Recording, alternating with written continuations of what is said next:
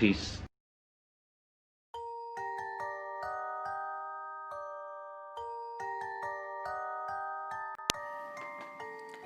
About 5 years ago, I lived downtown in a major city in the US. I've always been a night person, so I would often find myself bored after my roommate, who was decidedly not a night person, went to sleep. To pass the time, I used to go for long walks and spend the time thinking. I spent 4 years like that, walking alone at night, and never once had a reason to feel afraid. I always used to joke with my roommate that even the drug dealers in the city were polite. But all of that changed in just a few minutes of one evening. It was a Wednesday, somewhere between 1 and 2 in the morning, and I was walking near a police-patrolled park quite a few ways from my apartment. It was a quiet night, even for a weeknight, with very little traffic and almost no one on foot. The park, as it was most nights, was completely empty. I turned down a short side street in order to loop back to my apartment when I first noticed him. At the far end of the street, on my side, was a silhouette of a man, dancing.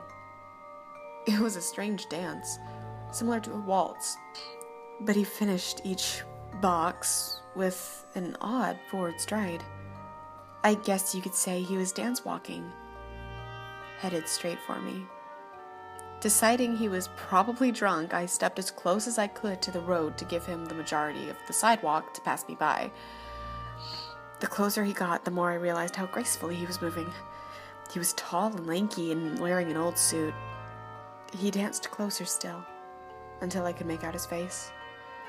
His eyes were open wide and wild, head tilted back slightly, looking off at the sky. His mouth was formed into a painfully wide cartoon of a smile. Between the eyes and the smile, I decided to cross the street before he danced any closer. I took my eyes off of him to cross the empty street. As I reached the other side, I glanced back, and then stopped dead in my tracks.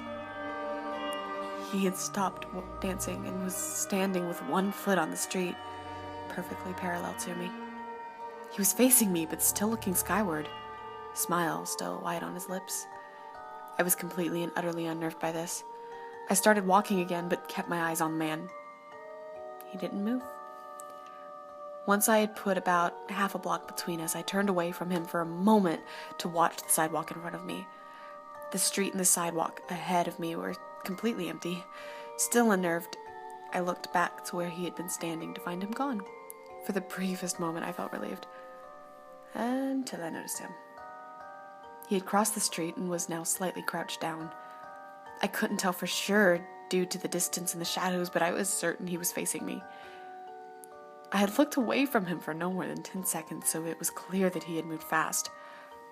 I was so shocked that I stood there for some time, staring at him. And then he started moving toward me again.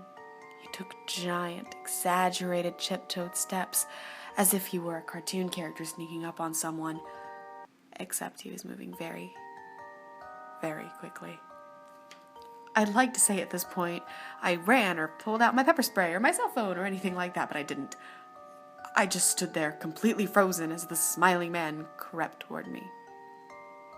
And then he stopped again.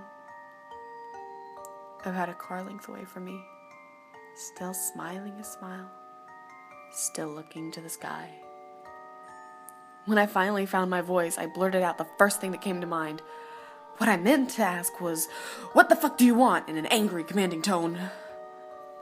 What came out was a whimper. What the fuck? Regardless of whether or not humans can smell fear, they can certainly hear it. I heard it in my own voice, and that only made me more afraid. But he didn't react to it at all. He just stood there, smiling. And then, after what felt like forever, he turned around, very slowly, and started dance walking away. Just like that. Not wanting to turn my back on him again, I just watched him go until he was far enough away to almost be out of sight. And then I realized something. He wasn't moving away from me anymore, nor was he dancing. I watched in horror as the giant, distant shape of him grew larger and larger. He was coming back my way. And this time he was running. I ran too. I ran until I was off the side road and back onto a better lit road with sparse traffic. Looking behind me then, he was nowhere to be found. The rest of the way home, I kept glancing over my shoulder, always expecting to see his stupid smile, but he was never there. I lived in that city for 6 months after that night, and I never went out for another walk. There was something about his face that always haunted me.